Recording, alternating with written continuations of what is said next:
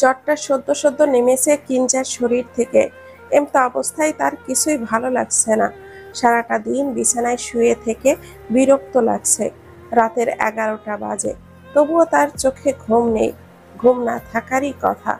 সকাল থেকে ঘুমের ওপরেই তো সে ছিল। বিছানায় শুয়ে এপাশ ওপাশ করতে করতে এক পর্যায়ে উঠে বসলো কিঞ্জা। প্রিয় কিঞ্জার কিছু লাগবে কিনা তা দেখতে এসে তাকে মনমরা হয়ে বসে থাকতে দেখে জিজ্ঞাসা করলো, ম্যাডাম? কিঞ্জা ঠোঁট ফুলিয়ে উত্তর দিল, কিচ্ছু ভালো লাগছে না।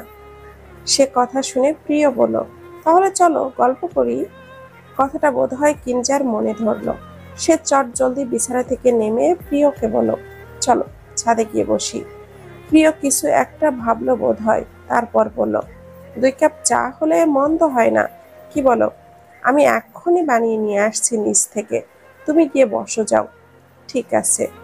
প্রিয় মাঝে মধ্যে কিঞ্জাকে চা বানিয়ে খাওয়ায়। বিষয়টা কিঞ্জার কাছে ভালোই লাগে। কিঞ্জা ছাদের এক কোণে পাটি বিছিয়ে বসলো। কিছু একটা মনে করে ঘর থেকে কিছু চকলেট আর চিপসের প্যাকেট নিয়ে এলো। গল্প করতে করতে খাওয়া যাবে। এসব খাবার অবশ্য রূপন্তী তাকে দিয়েছিল কয়েকদিন আগে। এতদিন ঘরের এক কোণে সব পড়েছিল। ছোটকাল থেকেই চিপস, চকলেট এসবের প্রতি বিশেষ আকর্ষণ নেই তার। তবে আজ খেতে ইচ্ছে করছে। কিছুক্ষণের মাঝে প্রিয় একটা ট্রে হাতে করে ছাদে এলো। এসেই কিঞ্জার পাশে বসে ট্রে থেকে 1 কাপ চা তার হাতে তুলে দিয়ে বলল, চা দিয়ে বিস্কিট ভিজিয়ে খাও, ভালো লাগবে। কিঞ্জা চায়ের কাপের দিকে তাকিয়ে প্রশ্ন করলো, দুধ চা? আজ বানাতে ইচ্ছে করলো তাই বানিয়ে নিয়ে এলাম। মাঝে মধ্যে দুধ চা খাওয়াই যায়, তাই না? হুম। তুমি চকলেট খাও নাও। প্রিয়র হাতে চকলেট দিয়ে কিঞ্জা চায়ের কাপে চুমুক দিয়ে প্রিয়র তারিফ করার জন্য বলো, বেশ ভালো হয়েছে, আমার থেকে তোমার হাতের চা বেশি মজা হয়। প্রিয় কিঞ্জার কথা শুনে মুচকি হাসলো, কিন্তু মুখে কিছুই বলল না। কিঞ্জা খানিকক্ষণ চুপ থাকার পর বলল, আচ্ছা প্রিয়, তোমার জীবনের বাকি গল্পটা বলবে আজ? শুনবে? হুম, শুনতে চাই তো। তাহলে আজ বলেই ফেলি। আমাদের আলাদা হওয়ার গল্পটা তো বলছি, এবার না হয় আমার পাল্টে যাওয়ার গল্পটা বলি। স্কুলের ঘটনা এটা। ক্লাস 9-এ পড়ি তখন। একদিন একটা মেয়ে টিটকিরির ছলে বলেছিল, আমার মা কাপড় বিক্রি করে, আমাকে পড়াশোনা করায়। আমরা খুব গরিব, এ পর্যন্ত তো ঠিক ছিল, কিন্তু এরপর যা বলেছিল তা শোনার পর আমি আর নিজেকে সামলে রাখতে পারিনি। কি বলেছিল? কিঞ্জার প্রশ্নের উত্তরে প্রিয় বলল, আমার মা নাকি খারাপ কাজ করে, কাপড় সেলাই করা তো উপরই বাহানা, নতুবা আমার বাবা তো আমার মাকে ছেড়ে দিত না। নিশ্চয়ই আমার মায়ের মাঝে সমস্যা আছে, তাই ছেড়ে দিয়েছে। এত ছোট মেয়ে এইসব বলেছিল? হ্যাঁ, কারণ মেয়েটা আমাকে পছন্দ করত, প্রেমের প্রস্তাবও দিয়েছিল, কিন্তু আমি না করে দিয়েছিলাম। এরপর থেকেই ও আমাকে সহ্য করতে পারত না। সুযোগ পেলেই আমার নামে উল্টাপাল্টা কথা বলতো। কিঞ্জা উৎসুক হয়ে জিজ্ঞাসা করলো, তারপর তুমি কি করলে? প্রিয় তপ্ত শ্বাস ছেড়ে বলল, আমি আমার মায়ের নামে এত বাজে কথা শুনে নিজেকে নিয়ন্ত্রণ করতে পারিনি। ভরা ক্লাসে ওই মেয়েকে সজোরে 2টো থাপ্পড় মেরে দিয়েছিলাম। বিষয়টা মুহূর্তের মাঝেই ছড়িয়ে পড়ল পুরো স্কুলে। ক্লাসের কয়েকজন ছেলে ওই মেয়ের পক্ষ নিয়ে আমাকে মারতে এলো। কেউ কেউ বলল, যেমন মা তেমন তার ছেলে। ব্যাস, আমার মাথা খারাপ হয়ে গেল। আমি সেই দিন সবাইকে অনেক মেরেছিলাম। দুইজনের অবস্থা এত খারাপ ছিল যে 7 দিন হাসপাতালেই থাকতে হয়েছিল। একজনকে তো হাত ভেঙে যাওয়ার কারণে ক্লাসেই আসতে পারেনি কয়েকদিন। আরেকজনের চেহারার এমন অবস্থা হয়েছিল যে লজ্জায় স্কুলেই আসেনি মাসখানেক। বাকিরা হালকা পাতলা চোট পেয়েছিল। এইসব নিয়ে স্কুলে অনেক ঝামেলা হলো। প্রিন্সিপাল আমার মাকে ডেকে অনেক অপমান করলো, সাথে আমাকে স্কুল থেকে বের করে দিল। এই ঘটনার পর মা আমাকে বলেছিল, আজ তোমার জন্য যতটা অপমানিত হলাম আমি, তা আমি সেই দিনই বলতে পারবো যেদিন তুমি মানুষের মতো মানুষ হবে, যেদিন তোমার জন্য কেউ আমাকে একটা কটু বাক্য শোনাতে পারবে না। যদি তুমি তোমার মাকে ভালোবাসো তাহলে আজকের পর আর কখনো কোনো ঝামেলায় জড়াবে না তুমি। মায়ের কথাগুলো আমার কানে প্রতিনিয়ত বাজতো জানো। তারপর আমি প্রতিজ্ঞা করি আমি নিজেকে পাল্টে ফেলব। সেখান থেকেই আমার এই রূপ প্রকাশ পেল। আমি অনেক বছর নিজেকে নিয়ন্ত্রণ করেছি, ঝামেলা এড়াতে মানুষজনকে এড়িয়ে চলেছি, কোথাও কোনো বন্ধু বান্ধব বানাইনি। কিন্তু তোমাকে দেখে আমার মনে হয়েছিল তুমি আমারই মতো, তাই তো বন্ধুত্বের হাত বাড়িয়ে দিয়েছিলাম তোমার দিকে। আর তোমাকে রক্ষা করার জন্যই আমি আমার প্রতিজ্ঞা ভাঙতে বাধ্য হয়েছি। যদিও তাতে আমার আক্ষেপ নেই, তুমি যতবার বিপদে পড়বে আমি ততবারই তোমাকে রক্ষা করব ইনশাআল্লাহ। আশা করি এতে আমার মায়েরও আপত্তি থাকবে না কখনোই। প্রিয়র কথা শুনে কিঞ্জা গালে হাত দিয়ে প্রিয়র দিকে তাকিয়ে বলে উঠল, বাব্বা, আমি তো প্রিয়কে ভীতু, শান্ত, নীরবতা এগুলো পছন্দ করে এমন একজন ভাবতাম। কিন্তু আমাদের প্রিয় তো ভায়োলেন্স পছন্দ করে। তা এই জন্যই কি ক্রিমিনোলজি নিয়েই পড়ছো নাকি? প্রিয় হেসে জবাব দিল, হয়তো। সবই তো বুঝলাম, কিন্তু রায়হান থেকে প্রিয় হওয়ার কাহিনী কি? আমার পুরো নাম রায়হান তাওকির প্রিয়। রায়হান বলে বাবা ডাকতো, তাই বাবার পাশাপাশি এই নামটাকেও কবর দিয়েছি নিজের অন্তরে। মা আমাকে আদর করে প্রিয় বলে ডাকতো। রায়হান নাম বাদ দেওয়ার পর থেকেই প্রিয় নামেই সবার কাছে পরিচিত হতে শুরু করি আমি। নামের কাহিনী এতটুকুই। তোমার নামগুলো তোমার মতোই সুন্দর। রায়হান নামটা শুনে প্রিয় চকিত দৃষ্টিতে কিঞ্জার দিকে তাকিয়ে কিঞ্জা এক গাল হেসে জিজ্ঞাসা করলো, আমার না রায়হান নামটা ভীষণ পছন্দ হয়েছে, আমি কি তোমাকে এই নামে ডাকতে পারি?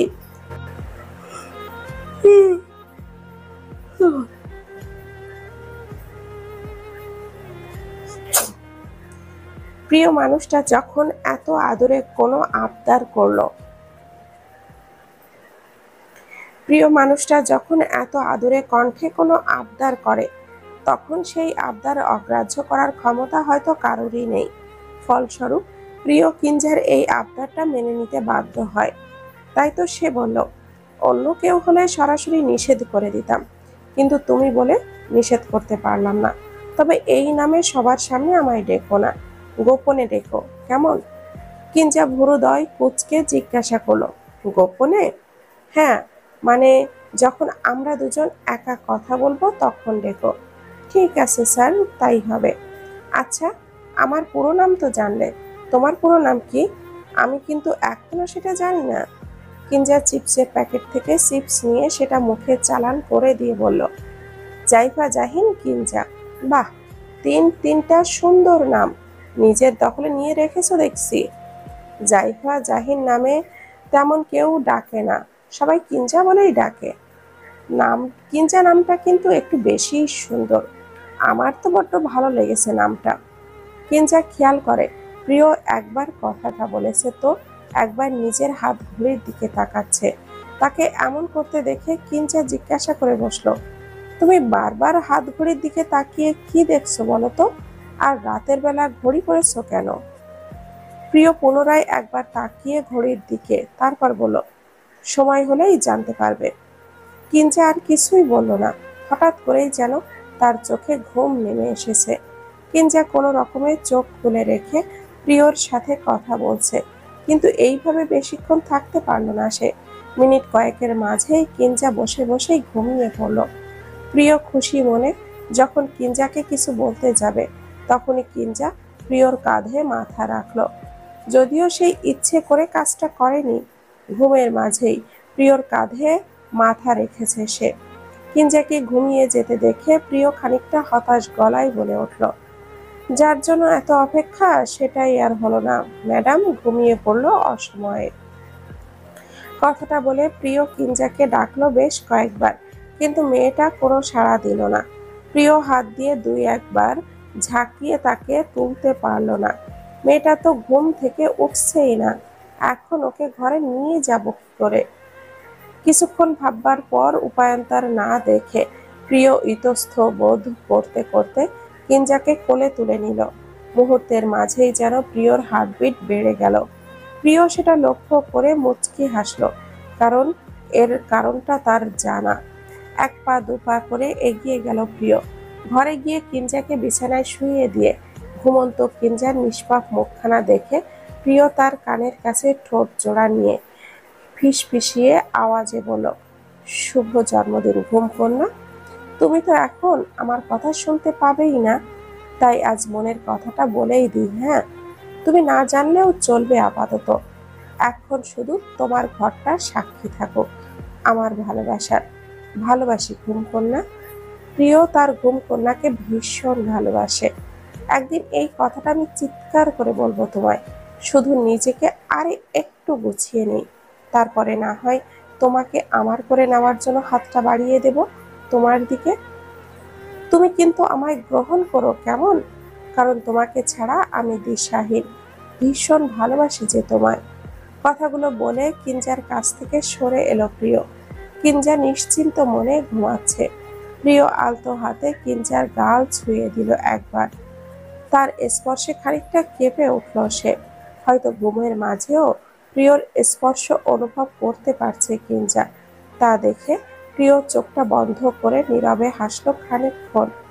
অতঃপর কিঞ্জাকে রেখে বেরিয়ে এলো ঘর থেকে। বাইরে থেকে দরজাটা লাগিয়ে দিয়ে সে নিচে যাওয়ার জন্য পা বাড়ালো। সিঁড়ি বেয়ে নামতে নামতে প্রিয় খেয়াল করলো তার মনটা আজ বেশ ফুরফুরে। হয়তো মনের কথাটা মুখে বলতে পারার জন্যই এই ভালো লাগা কাজ করছে তার ভেতর। এইসব ভেবে প্রিয় অজান্তে মাথা নিচু করে চুলগুলো মুষ্টিবদ্ধ করে মুচকি হেসে ভাবতে শুরু করলো, ইস, কবে যে তোমাকে মনের কথাগুলো জানাতে পারবো আমি, তবেই না আমি শান্তি পাবো। গোপনে ভালোবেসেছি, এবার প্রকাশ্যে কাছে পেতে চাই। খুব শীঘ্রই তোমাকে আমার মনের কথা জানাবো আমি।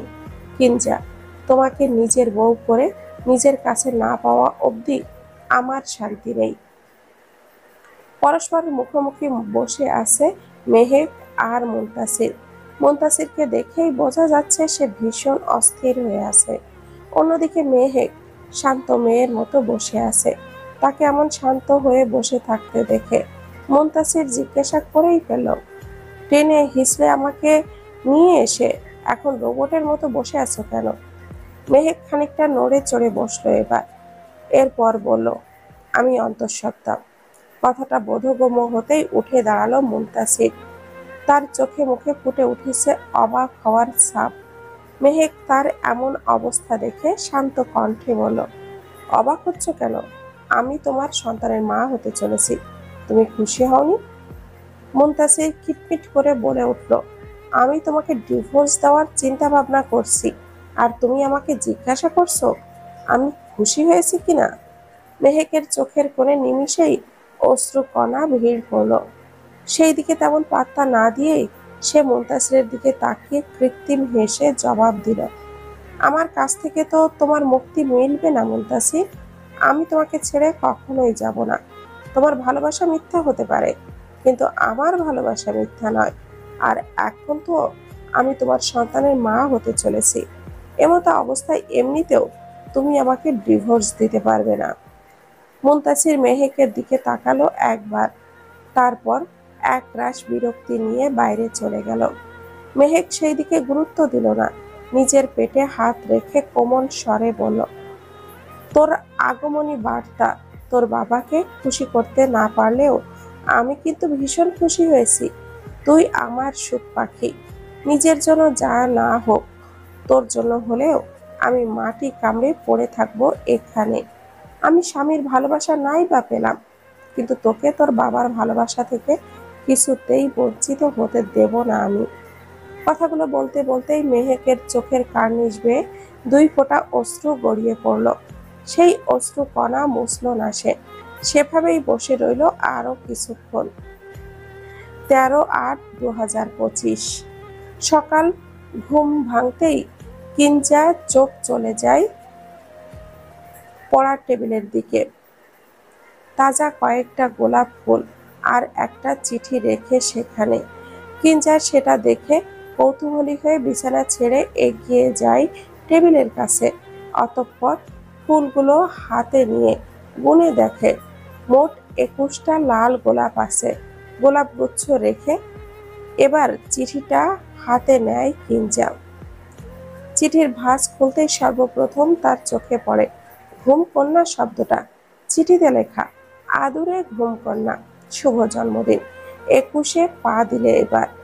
দেখতে দেখতে জীবনের 20টা বছর পেছনে ফেলে এলে। কত কিছুই না সহ্য করেছো এই কয়টা বছরে। বয়সটা এবার 21-এর দরজায় এসে দাঁড়ালো। এবার বরং নিজেকে নিয়ে ভাবো কেমন।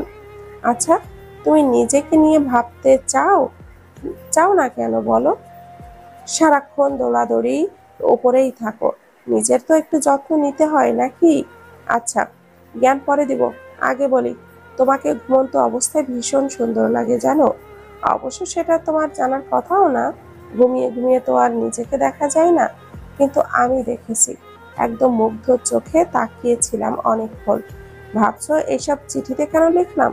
কারণ সামনাসামনি বলতে পারবো না তাই। আজ তোমাকে নিয়ে ঘুরতে যেতে চাই, যাবে? তাহলে আমার দেওয়া এই নীল শাড়িটা পরে পরো কেমন। সাথে আমার দেওয়া গোলাপ গুচ্ছ থেকে একটা গোলাপ নিয়ে চুলের ভাঁজে গুজে দিও। জীবন্ত ফুলের কাছে গোলাপ ফুলও যেন তুচ্ছ, তবু আজ তুচ্ছ গোলাপকে আপন করে নিও না হয়। রায়ান। চিঠিটা পড়ে আপনা আপনি হেসে ওঠে কিঞ্জা। কি যে হয়েছে তার, কথায় কথায় এখন লজ্জা পায় সে। এই যেমন চিঠিটা পড়ে এখন লজ্জা পাচ্ছে সে। হঠাৎ এত লজ্জা কোথা থেকে এলো কে জানে। চিঠিতে প্রিয় লিখেছে তার দেওয়া নীল শাড়ি, কিন্তু সেই শাড়ি কোথায়? তখনই কিঞ্জা খেয়াল করে একটা কালো শপিং ব্যাগে রাখা, টেবিলের অপর প্রান্তে সেখানেও একটা ছোট্ট চিরকুট রাখা। এই নীল শাড়ি দেখে আমার মনে হলো শাড়িটা বোধহয় তোমার জন্যই বানানো, তাই তোমার জন্মদিনের উপহার হিসেবে তোমায় এটা দিলাম। জানি দামি কিছু না, কিন্তু তুমি তুমি নামক মানুষটা তো বড্ড দামি। তোমার গায়ে জড়ালে এমনি এই শাড়িটা অমূল্য হয়ে যাবে। কিঞ্জা এবার হাত দিয়ে মুখ ঢেকে বলে ওঠে, এই ছেলেটাও না একটু বেশি প্রশংসা করে, পাগল একটা। এসবের মাঝেই কিঞ্জার ফোনটা বেজে ওঠে। রূপন্তী কল দিয়েছে। কিঞ্জা কলটা রিসিভ করতেই ওপাশ থেকে সে বলে ওঠে, আজ সন্ধ্যা 6টায় স্কাই মুন লঞ্চে চলে আসবি, আর তুই আর প্রিয়। কেন? উফ, সব কিছুতে এত প্রশ্ন কেন করিস তুই? এলেই দেখতে পাবি কেন ডেকেছি। আমি লোকেশনটা সেন্ড করে দিচ্ছি হোয়াটসঅ্যাপে, ঠিক সময়ে চলে আসিস কিন্তু। এখন রাখছি আমি। নিজের মতো করে কথা বলে কলটা কেটে দেয় রূপন্তী। কিঞ্জা যে কিছু বলবে সেই সুযোগটাও দেয় না। কিঞ্জা দ্রুত ফ্রেশ হয়ে এসে নিচে চলে যায়। প্রতিদিন সকালে ঘুম থেকে উঠে কিঞ্জা আগে নাইবা খানমের সাথে দেখা করে, তারপর বাকি সব কাজ করে। আজও তার ব্যতিক্রম হলো না। নিচে যেতেই মিষ্টি একটা ঘ্রাণ নাকে এলো কিঞ্জার। কিঞ্জা সেই ঘ্রাণ নিতে নিতে ভেতরে প্রবেশ করতেই নাইবা খানম রান্নাঘর থেকে বেরিয়ে এসে কিঞ্জাকে জড়িয়ে ধরে বললেন, শুভ জন্মদিন মা। কিঞ্জা হেসে বলল, প্রিয় তোমাকে বলেছে তাই না? হ্যাঁ, গতকালকেই বলেছে। মেয়েটা দেখতে দেখতে বড় হয়ে যাচ্ছে। ওহ, তুই একটু দাঁড়া এখানে, আমি এক্ষুনি আসছি। কথাটা বলে রান্নাঘর থেকে এক বাটি পায়েস এনে সেখান থেকে 1 চামচ পায়েস উঠিয়ে কিঞ্জাকে খাইয়ে দিয়ে নাইমা খানম বললেন, তোর জন্যই রান্না করলাম, কে বলতো কেমন হয়েছে? কিঞ্জা পায়েসটা মুখে নিয়ে খুশিতে গদগদ হয়ে বলল, খুব মজা হয়েছে, দাও দাও পুরোটা খেয়ে নিই। এই বলেই কিঞ্জা বাটিটা নিয়ে পায়েস খেতে শুরু করে। তাকে এমন তৃপ্তি সহকারে পায়েস খেতে দেখে নাইবা খানম যেন ভীষণ শান্তি পান। মেয়েটা অল্প কয়দিনেই খুব আপন হয়ে উঠেছে তার কাছে। কিঞ্জা পায়েস খাওয়া শেষে জিজ্ঞাসা করলো, প্রিয় কোথায়? ও তো কি একটা কাজে বেরিয়েছে, ফিরবে কখন সেটা তো বলে যায়নি। আচ্ছা, ওর সাথে পরে কথা বলিয়ে নিবনে। চলো, আজ আমি তোমার সাথে রান্না করব। আচ্ছা চল, তোর জন্য আজ তোর পছন্দের মোরগ পোলাও রান্না করব। প্রিয় সকালেই সব বাজার করে দিয়ে গিয়েছে। আবার এসবের কি দরকার ছিল আন্টি? চুপ কর তো তুই। তোর বিশেষ দিনে তোকে একটু ভালো মন্দ রেঁধে খাওয়াবো, তাতে সমস্যা কই রে? কিঞ্জা নাইবা খানমকে জড়িয়ে ধরে বলল, সমস্যা নেই তো, তোমার হাতে জাদু আছে, এমনিতেই এই খাবার মিস করা যাবে না। চলো চলো, একসাথে রান্না করি আজ। এরপর দুজনে রান্নাঘরে চলে যায়। দুপুরের একটু আগে আগে ফিরে আসে প্রিয়। ততক্ষণে তাদের রান্না করাও শেষ। এরপর কিঞ্জা গোসল করে এসে খুশি মনে খেতে বসে প্রিয় আর তার মায়ের সাথে। খাওয়া দাওয়া শেষে প্রিয় বলে ওঠে, তাড়াতাড়ি তৈরি হয়ে নাও, রূপন্তী আমাদেরকে ডেকেছে, আজ না হয় ঘোরাঘুরি বাদ দিয়ে ওর কাছেই যাই। কিঞ্জা প্রিয়র কথায় সম্মতি জানিয়ে ওপরে যেতে ধরলে নাইবা খানম তাকে ডেকে তার হাতে একটা স্বর্ণের চেন দিয়ে বলল, এই চেনটা আমাকে আমার মা দিয়েছিল, আজ এটা তোকে দিলাম। তোকে তো নিজের মেয়েই মনে করি, তাই এটা তোরই প্রাপ্য। কিঞ্জা অবাক হয়ে বলল, এসব আমাকে দিও না আন্টি, তোমার ভালোবাসা আর দোয়া পেলেই আমি খুশি, আর কিছুই লাগবে না আমার। আমার ভালোবাসা আর দোয়া সবসময় তোর সাথেই থাকবে, আর আমি তো এটা তোকে ভালোবেসেই দিলাম। ভালোবাসার জিনিস গ্রহণ করতে হয়, এবার আর না করতে পারে না কিঞ্জা। চেনটা হাতে নিয়ে নাইবা খানমকে জড়িয়ে ধরে আবেগপ্রবণ কণ্ঠে সে বলল, আমার মায়ের জায়গাটা তুমি পূরণ করে দিলে আন্টি, অনেক ভালোবাসি তোমাকে, সব সময় আমার পাশে থেকে আমাকে এভাবেই ভালোবেসো কেমন। আমি প্রিয়কে যতটা ভালোবাসি তোকেও ঠিক ততটাই ভালোবাসি। আমার ছেলে আমাকে আরো একটা সন্তান উপহার দিয়েছে, তোর মতো মিষ্টি একটা সন্তান। কথাটা বলে প্রিয়কেও নিজের কাছে টেনে নেন তিনি। অতঃপর তিনজন মিলে আরো কিছুটা সময় একসাথে কাটিয়ে কিঞ্জা উপরে চলে যায়। বেলা প্রায় 4টে বাজে, হাতে বেশি সময় নেই, তাড়াতাড়ি করে তৈরি হতে হবে। এই ভেবে কিঞ্জা দ্রুত তৈরি হতে শুরু করে, তবে সে ভালো মতো শাড়ি পরতে পারে না, তাই নাইবা খানম এসে তাকে শাড়ি পরিয়ে দেয়। এরপর কিঞ্জা শাড়ির সাথে মিলিয়ে অ্যান্টিক কানের দুল, চোখার আর 2 হাতে দুটো আংটি পরে নেয়। তারপর 2 হাত ভর্তি নীল রঙের কাচের চুড়ি পরে। সাজগোজ তার আহামরি ভালো লাগে না, তাই ঠোঁটে ব্রাউন নুড টোনের একটা লিপস্টিক আর চোখে টানা করে আইলাইনার এঁকে সে তৈরি হয়ে নেয়। এই তো তার সাজ পরিপূর্ণ। সবশেষে আয়নায় নিজেকে দেখতে গিয়ে তার মনে পড়ে চুলের ভাঁজে ফুল গুজে নেওয়ার কথা, সেটা তো হয়নি এখনো। তৎক্ষণাৎই কিঞ্জা তার খোলা চুলের এক পাশে একটা ফুল গুজে নেয়। হ্যাঁ, এবার সে একদম তৈরি হয়ে নিচে নামতেই নাইবা খানম কিঞ্জার কপালে একখানা চুমু দিয়ে বললেন, কারোর যেন নজর না লাগে। তখনই সেখানে প্রিয় এসে দাঁড়ায়। আজ সে নিজেও নীল রঙের শার্ট পরেছে, হাতে একটা কালো বেল্টের ঘড়ি, চুলগুলো কেবলই ব্রাশ করা। কিছু চুল তার প্রিয়র কপালে এর কাছে এসে পড়েছে। তাকে এভাবে দেখতে মন্দ লাগছে না মোটেও। প্রিয় এক নজরে কিঞ্জার দিকে তাকিয়ে আছে। নাইবা খানম মুচকি হেসে বলেন, দেরি হয়ে যাচ্ছে বাবা, এবার বেরিয়ে পড় তোরা। মায়ের কথায় কিঞ্জার দিক থেকে চোখ সরিয়ে প্রিয় বলল, চলো। অতঃপর বেরিয়ে পড়ে তারা দুজন। রিক্সা থেকে নেমে প্রিয় কিঞ্জার চোখটা বেঁধে দেয় আচমকায়। আচানক এমন কিছু করায় কিঞ্জা অবাক স্বরে জিজ্ঞাসা করে, চোখ বাঁধলে কেন আমার? প্রিয় সোজা স্বীকারোক্তি, রূপন্তী বলেছে তাই। এই মেয়েটা যে কি করে না। চলো চলো, ভেতরে চলো এখন। কিভাবে যাব? আমি তো অন্ধকার ছাড়া আর কিছুই দেখতে পাচ্ছি না। আমি থাকতে আবার চিন্তা কিসের তোমার? আমি নিয়ে যাচ্ছি, চলো। কথাটা বলে প্রিয় কিঞ্জার হাতটা আঁকড়ে ধরে। তৎক্ষণাৎই কিঞ্জার ঠোঁট জোড়া বিস্তৃত হয়ে হাসির রেখা ফুটে ওঠে। এই প্রথম যেন কিঞ্জার মনে হলো বড্ড আপন কেউ তার হাতটা আঁকড়ে ধরেছে আজ। প্রিয়র ছোঁয়া কিঞ্জার মনের ভেতরে শিহরণ জাগিয়ে তোলে। কিঞ্জা তা অনুভব করে, কিন্তু মুখে কিছুই বলে না। চুপচাপ এগিয়ে চলে প্রিয়র সাথে। দুইজন যেন পায়ে পা মিলিয়ে চলার শপথ নিয়েছে আজ। বিষয়টা খেয়াল করে প্রিয়র মুখে হাসি ফুটে যায়। কাঙ্ক্ষিত স্থানে পৌঁছানোর পর থেমে যায় প্রিয়, সাথে সাথে থেমে যায় কিঞ্জাও। অতঃপর তার চোখের বাঁধন খুলে দিতেই কিঞ্জা আবিষ্কার করে সে স্বপ্নের দুনিয়ায় চলে এসেছে। চারপাশ ফাঁকা। সামনে দাঁড়িয়ে আছে কেবলই রূপন্তী আর ফারহান। নিচে ছড়িয়ে আছে কতক বেলুন আর গোলাপের পাপড়ি।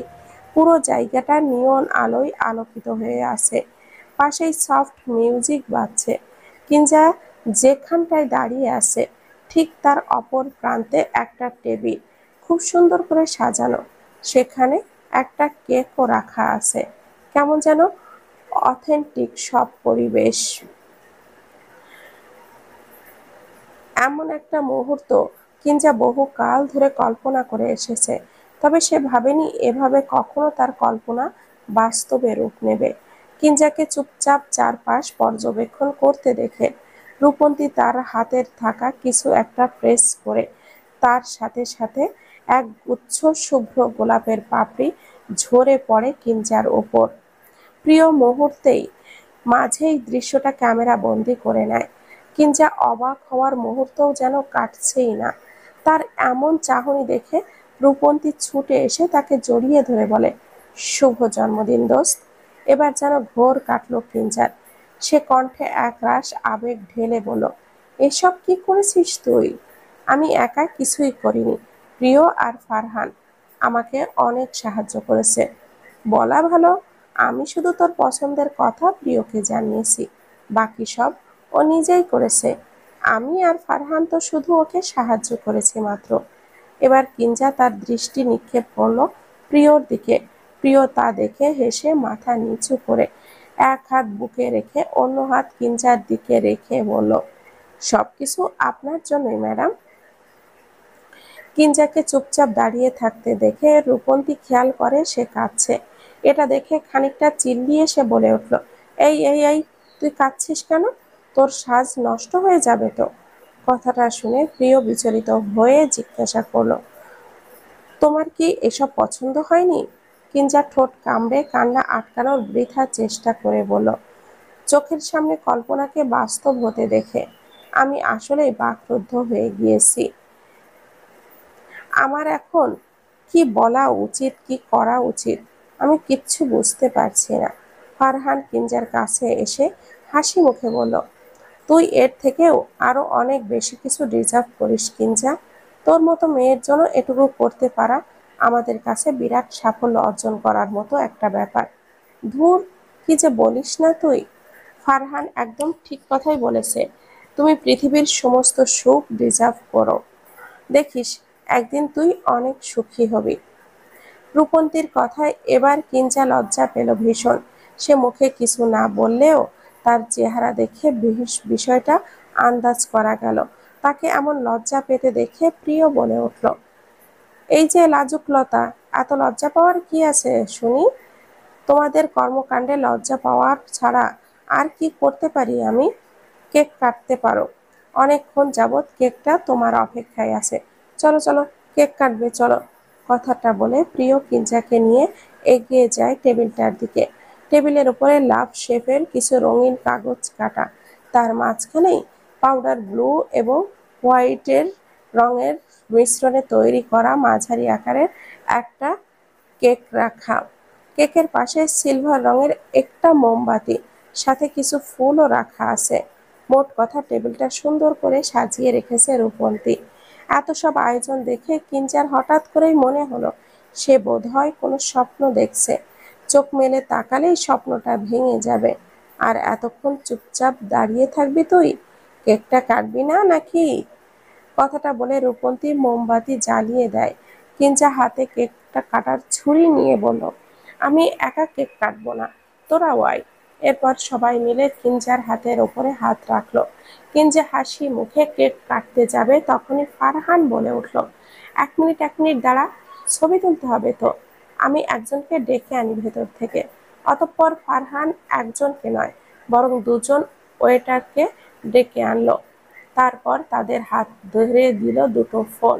একজন ভিডিও ধারণ করবে আর অন্যজন ছবি তুলবে। তাদেরকে সব বুঝিয়ে দিয়ে ফারহান পুনরায় ফিরে এলো কিঞ্জার কাছে। কিঞ্জা মোমবাতি না নিভিয়েই কেক কাটতে গেলে রূপন্তী বলল, মোমবাতি নিভাবি না? না, মোমবাতি নিভাতে যাব কেন? আমার জীবনে এমনি আলোর অভাব, এটুকু আলো থাকুক না। আচ্ছা। আর এভাবেই মোমবাতির আলোয় কেক কেটে কিঞ্জা নিজের 21তম জন্মদিন উদযাপন করলো। কেক কেটে প্রথমেই প্রিয়কে খাইয়ে দিল সে, পালাক্রমে রূপন্তী এবং ফারহানকে কেক খাইয়ে দিল। এবার পালা কিঞ্জার। একে একে তিনজনে কিঞ্জার মুখে কেকের টুকরো গুজে দিল।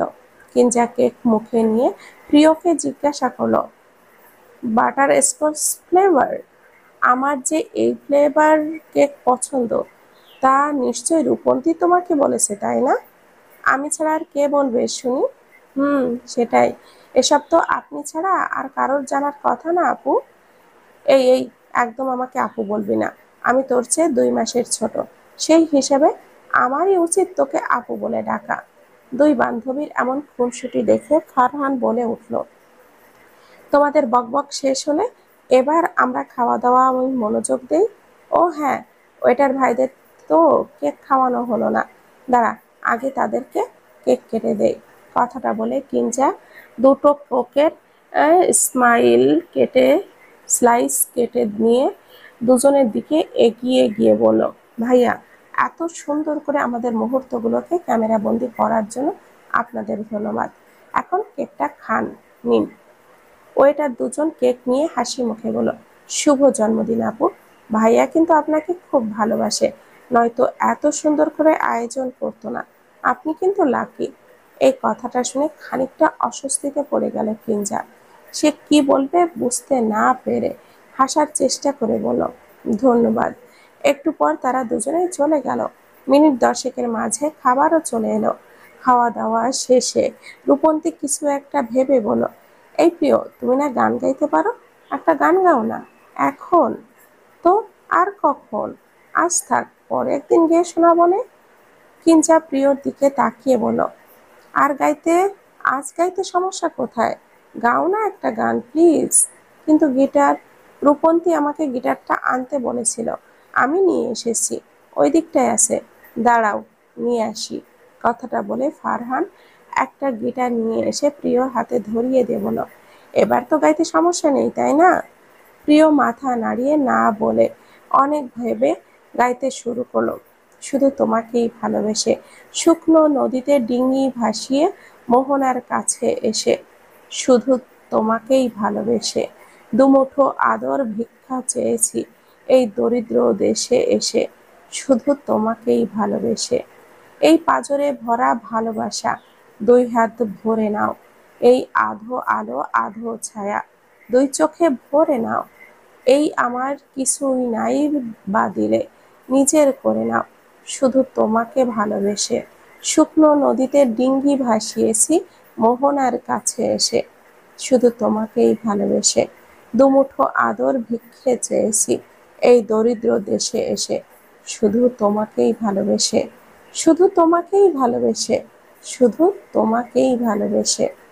গান গাওয়া শেষ হতেই হাততালির আওয়াজে মুখরিত হয় চারপাশ। প্রিয় কিঞ্জার দিকে তাকালো একবার। কিঞ্জা হাততালি দেওয়ার শেষে বলল, অসাধারণ হয়েছে। তা দেখে রূপন্তী আর ফারহান একসাথে বলল, আসলেই দারুণ হয়েছে। প্রিয় সবার দিকে তাকিয়ে একটা চাপা দীর্ঘশ্বাস ছেড়ে বলল, ধন্যবাদ। কিছুক্ষণ নীরবতা চলল। এরপর কিছু একটা ভেবে প্রিয় কিঞ্জাকে একপাশে ডেকে নিয়ে বলল, আজ তো রূপন্তী ফারহানকে প্রপোজ করার কথা, ওকে ডেকে নিয়ে এসো তো। প্রিয়র কথা শুনে কিঞ্জা রূপন্তীকে ডেকে নিয়ে এসে বলল, ফারহানকে প্রপোজ করার কথা বলবি না, বল। রূপন্তী হালকা লজ্জা পেয়ে বলে, এখনই? তো আর কখন? কিঞ্জার এমন বিরক্ত মাখা চেহারা দেখে রূপন্তী বলে উঠল, আচ্ছা, ওকে ডেকে নিয়ে আয় এখানে। আর প্রিয়, তোমার কাছে যেটা রাখতে দিয়েছিলাম আমি, ওটা আমাকেই দাও। প্রিয় তার জিন্সের পকেট থেকে একটা বাক্স বের করে রূপন্তীর হাতে দিল। রূপন্তী কয়েকবার লম্বা শ্বাস নিয়ে নিজেকে প্রস্তুত করে নিল। কিঞ্জাও ততক্ষণে ফারহানকে ডেকে নিয়ে এসেছে। নে, ফারহানকে এনে দিলাম, এবার তোর পালা। ফারহান কিছু বুঝতে না পেরে জিজ্ঞাসা করলো, ওর পালা মানে? কিঞ্জা কিছু না বলে একজনকে বলে গান চেঞ্জ করে দিল। তারপর প্রিয়র পাশে দাঁড়িয়ে বলল, আমরা কি চলে যাব? রূপন্তী মাথা নাড়িয়ে না বলে ফারহানের দিকে এগিয়ে গেল অনেকটা। দুজনের মাঝে 1 হাত সমান দূরত্ব মাত্র। রূপন্তী তার হাতে থাকা বাক্স থেকে একটা ছোট্ট ক্যামেরা বের করে হাতের তালুর ওপর নিয়ে ফারহানের সামনে হাঁটু গড়ে বসলো। তারপর বলতে শুরু করলো, প্রথমেই মাপ চেয়ে নিচ্ছি তোমাকে এতটা সময় অপেক্ষা করানোর জন্য। আসলে বিশ্বাস করে ঠকে যাওয়া মানুষ তো আমি, তাই দ্বিতীয়বার কাউকে বিশ্বাস করতে একটু বেশি সময় লেগে গেল।